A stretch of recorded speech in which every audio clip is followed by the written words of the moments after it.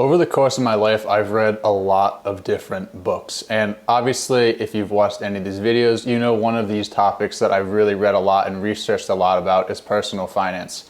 And in doing that, I learned a lot of truths and a lot of facts about money. Some opinionated, some factual, that have really helped me along the way. And I always think, well, what if I learned these facts sooner?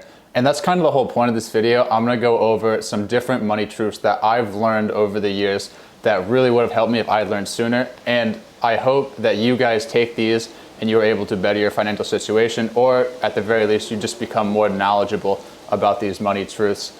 But first, as always, before we get into that, if you guys could just please like the video, it really, really helps out the YouTube channel in a massive, massive way.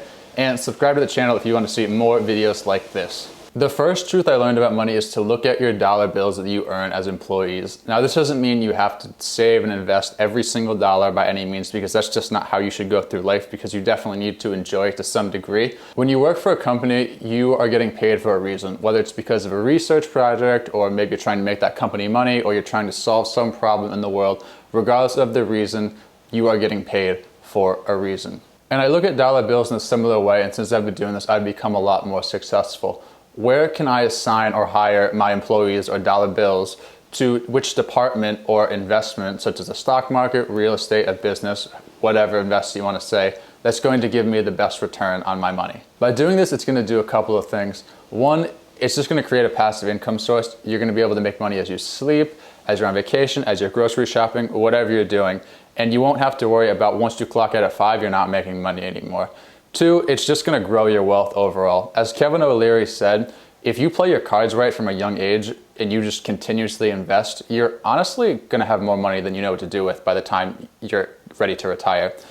And three, you're just gonna learn the value of the dollar. You're gonna learn that it's not worth racking up a $100 bar tab every Friday and Saturday night of the year, because that money can do more for you if it's allocated elsewhere. The second item on this list is that stocks and personal finance in general are very important, and they should not be ignored. I remember when I was 19 years old and I got my first sponsored retirement account, my coworkers would come up to me and say things like, "Oh man, you're young, you've been home, you put a lot of expenses, you have a lot of responsibilities. You should be putting as much money into that retirement account as you possibly can, because by the time you retire, you'll have so much money." And the truth is, I ignored them, and that might be cringeworthy if you know anything about compound interest and how important that is at a young age, but I just ignored them and all the advice they were giving me. And why did I do that? Because I was ignorant. I thought that somehow, some way, everything would work itself out and I would magically be able to retire. Like, money would start raining from the sky, people would just start handing me money and investments, and I would just be able to live the life I wanted to live. But that's not how it works. I would kill to have those years back that I wasted just letting my money sit in cash and be devalued. The truth is, you really need to have a plan here. And failing to plan is planning to fail, and I really think that's the truth here. So don't be like 19-year-old ignorant Josh. And this brings me to my next point. It's not worth waiting to invest. Again, when I was 19 and 20 years old, I would have people say to me, you should put money into your retirement account. I didn't start it till later in life. You should start it now. Just keep putting little by little in. And again, I didn't ignore them this time, but I made excuses, and I was like, oh, I want to, but I want to wait till I get a better job. I want to wait till I finish school. I want to wait, I want to wait, I want to wait. Wrong. I was completely wrong here, and it actually kills me inside how wrong I was and how ignorant I was a few years ago. Say you're 25 years old and you decide to invest $100 a month into some sort of S&P 500 fund that averages an 8% return. You invest consistently like that for 40 years until you turn 65. You will have a total of about $335,000. Now, say you decide, I want to wait until I get a better job, I want to wait till I finish school, whatever the case may be. It's something like ignorant Josh said back in the day. You start investing at age 30, that same $100 a month, and you follow the same steps until you turn age 65. By waiting just 5 years, you're gonna take off almost 35% of what you would have had if you had started 5 years ago at the age of 25, and you'll be left with $223,000 approximately. Now, say you wait another 5 years and you start doing this at age 35, again, $100 a month, same return, same idea.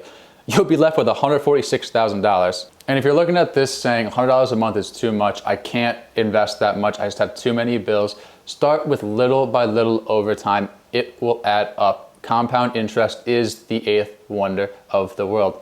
Also, see if there's anything you can cut back on. See if there's any wants you really don't need, because this is really important and it's going to be a big impact on your future. Speaking of compound interest, this brings me to my next item on this list. And sometimes some things I talk about on this channel might not make sense to everyone. Some of my friends that watch this might not have the best understanding of this. They might not understand stocks, personal finance, real estate. And the point here is it's okay to ask for help. And me personally, I was very embarrassed for a long time to ask for help in any personal finance aspects. Part of the reason I was ignoring my coworkers who were telling me to put more money into my retirement account was just because I didn't know what they were talking about. It wasn't because money was a taboo topic, which, oh, you can't mention, you gotta be quiet on money, never mention money. No, that's not why. It's because I just felt embarrassed and stupid to ask them questions about retirement accounts back when I didn't know what a 401k was or a Roth IRA. I just felt dumb. And in all reality, that's not how you should feel. Think about when you start a new job. You're not expected to know everything and you're encouraged to ask questions because you're just starting out. You're supposed to ask questions so you can get familiar with it. Well, finance is the same way. When you're first starting out managing your finances for the first time, because chances are you're not doing that when you're 3 years old, you should be encouraged to ask questions to people you trust so you can learn more about it. This includes investing, budgeting, the whole 9 yards. And believe me, I can completely see why people get stressed out about personal finance. It's because it's a stressful topic in general. But I don't think there's anything wrong with having a couple of people you trust and you can completely lay everything out and ask all the questions you want. Even me today, I mean, I'm not a financial advisor. There's tons of things I have questions about and don't know. So I either ask one of my friends who's very familiar with the industry and really knows what they're talking about for his or her opinion, or I just keep Googling around, which is something you should really do. Just Google things until you find something that makes sense to you and it's in terms you can understand. The fifth thing on this list is it's okay to spend money on some things that make you happy. Now, granted, if you're making $30,000 a year, maybe you shouldn't have $1 million house, a $60,000 car, go on vacation 12 times a year. That's just my personal opinion. But in the book, I Will Teach You to Be Rich, he talks about how it's okay to spend money on things and you have to fit some guilt-free spending money into your budget so you can enjoy life. One example he uses in the book is that he loves lattes. You always hear people say, oh, you need to cut back on coffee, it's such a waste of money. Personally, I do think if you're buying coffee every day, that might not be the best move. But if that's something that makes you really happy and you drive a Honda Accord, you have not a really fancy house, you don't have a ton of expenses, then go buy the latte. If it really makes you that happy, like, go for it. This money should be used for clothes, books, going out to eat, drinks, whatever you want, completely guilt-free. And this was my problem for a long time. I feel like every single dollar I spent that was not a need was setting me back so far. I skipped out on concerts, vacations, tons of things I would have loved to go to and would really like to go back in time and go to because I was so concerned about saving money and setting myself up for the future. And that's not how it should be because no one's taking money to the grave with them. And from a personal aspect, although achieving financial freedom earlier rather than later in my life is very important, I also want to live my life. And I shouldn't be that concerned about every dollar I save, and I should have some guilt-free spending money.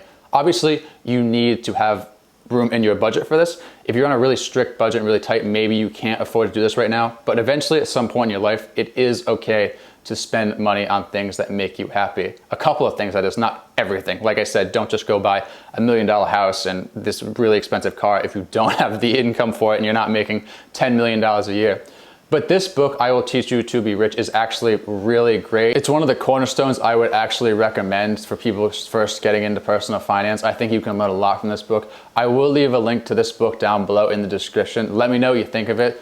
I really loved it, and I hope you guys do too if you decide to buy it. The sixth truth about money here is it takes time to grow. You're not gonna grow your account from $10 to $1 million overnight. It's just not gonna happen. And this is the main reason why people don't invest consistently and little by little over time, because they just don't see the point. Even me, when I was being ignorant and annoying my coworkers, I didn't see the point of putting 10% of my check into my retirement account because it was just so small. I would have just rather had that money and allocate it and spend it as I want and just have that liquidity, I guess you could say. But the truth is, even if you can only put $10, $20 a month into a retirement account or any sort of investment, it's worth it and it's gonna add up over time. Think about a professional athlete. Do you think anyone in the NFL or the NBA, when they first started playing sports, really saw that great of returns? Do you think they saw themselves on TV? Do you think they saw the $20 million contract? Chances are, when they were younger and they were spending hours in the gym and hours in the field, running routes, doing drills, they did not get the most overwhelming supporting response for a lot of people. A lot of their friends are probably saying, you're wasting your time, what are you doing, you're never gonna make it, why don't you just come hang out with us? But they ignored all that, they blocked it out, and they went one workout at a time or one investment at a time, and over a 20-year period, it all paid off and they cashed in, and now they are a star and they achieved their dream. And it's the same idea with investing. If you put a little bit of work or a little bit of money into an account for 20 or 30 years consistently, it's gonna add up. Maybe now you can only put $10 a month in, but maybe in a couple of years you get a better job and you can put $20 in, then $50, then $100. Then you'll see that account grow and grow and grow, and then boom, financial freedom coming at you. And the last truth about money we're gonna talk about here is to pay yourself first. And a lot of people struggle with this, and what it means is when you get paid, you take 10%, 20%, 30%, whatever it is, whatever you can afford, right off the top, and you save and invest it. Now this doesn't mean, well, don't make your car payment or don't make your mortgage payment, because I don't think the bank's gonna like that too much if you skip out on that. But the general idea is to spend what's left after saving, not save what's left after spending. I do this myself. I just take a certain amount of money right off the top of my check every time it comes in. You can even set up auto pay if you have this problem. But what this is gonna do, it's gonna get you in good habits. And habits are very important because, as Matt D'Avella says, if you don't take control of your habits, they're gonna take control of you.